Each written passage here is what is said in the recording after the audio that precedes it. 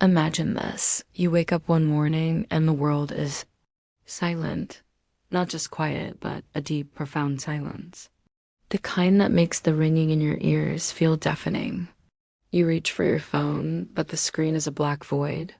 The familiar hum of the refrigerator is gone. The distant rumble of traffic has vanished. It's not a power outage. It's something more. Every machine on Earth, from the tiniest watch to the largest supertanker, has simply stopped. Cars are frozen in place, creating a gridlock of metallic statues. Planes, which were just moments ago suspended in the sky, have blinked out of existence, their echoes now swallowed by the oceans. Cities, once beacons of light and energy, are plunged into an unnatural darkness. For the first time in modern history, the entire planet seems to have taken a single, collective, deep breath. The invisible heartbeat of our civilization, electricity, has flatlined. Within hours, the initial confusion bubbles over into full-blown panic. People spill out of their homes, their faces etched with a mixture of fear and bewilderment. They run into the streets, searching for answers, shouting at neighbors, looking to the sky. News anchors stand in front of dead cameras, their voices lost to the silence. Hospitals, airports, banks, the pillars of our society fall silent, one by one. The world as we know it has been switched off. But then, as the first day bleeds into the second, something strange begins to happen. The chaos starts to recede. The constant frantic noise that usually fills our minds begins to fade. Stripped of their digital distractions, people start to listen again. Not to the buzz of machines, but to the sounds of humanity and nature. They listen to the wind whistling through skyscrapers, to the birds singing in the sudden quiet, and most importantly, to each other. In this new, silent world, human ingenuity flickers back to life.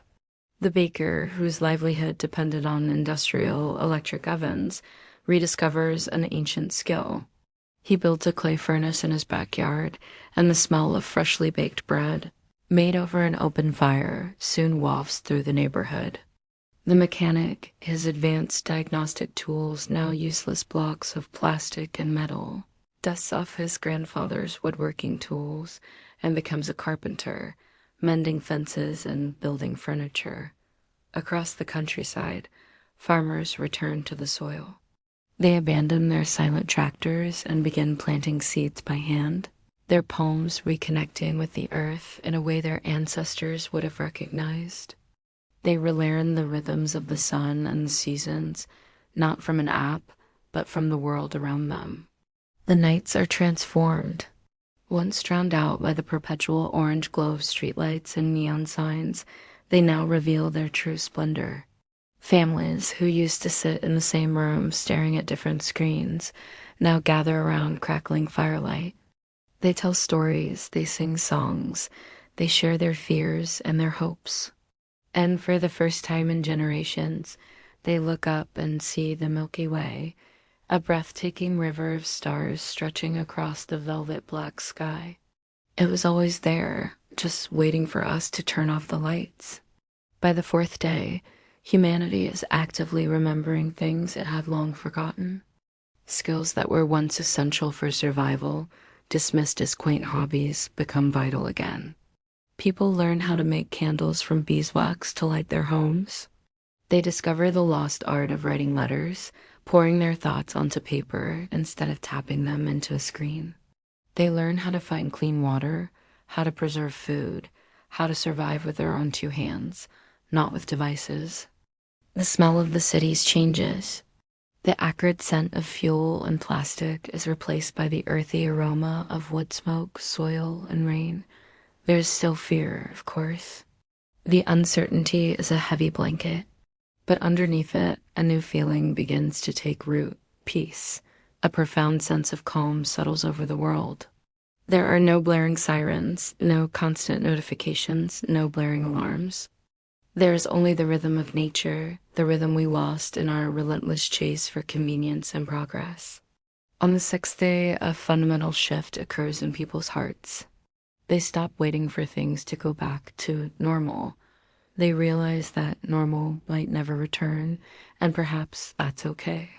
They start to adapt, to build something new from the ashes of the old world. Communities form organically. Neighbors who barely knew each other's names now share food, resources, and protection. Children, free from screens and schedules, invent new games, their laughter echoing in the quiet streets under the moonlight. People realize that without their machines, they are not powerless. In fact, they feel more alive than ever. For the first time in decades, time itself seems to slow down. Each moment feels heavier, more meaningful. Every breath feels real. Every sunrise is a shared miracle. And then, on the morning of the seventh day, it happens. A single light bulb flickers to life. A phone buzzes on a dusty table. In the distance, an engine coughs and roars. The machines are waking up. Within minutes, the grid surges back to life. Cities light up, screens flicker on, and the familiar cacophony of the modern world returns. A wave of cheers erupts across the globe. Humanity celebrates, but for many, the joy feels hollow because for 1 week, we were free. We were free from the noise, from the screens, from the endless, exhausting race of progress. We were forced to be present, to be resourceful, to be human. And in that silence, we rediscovered something profound, something that no machine, no matter how advanced, can ever give us. A connection to ourselves, to each other, and to the world. We found peace, so I have a question for you. If tomorrow every machine turned off again, would you panic?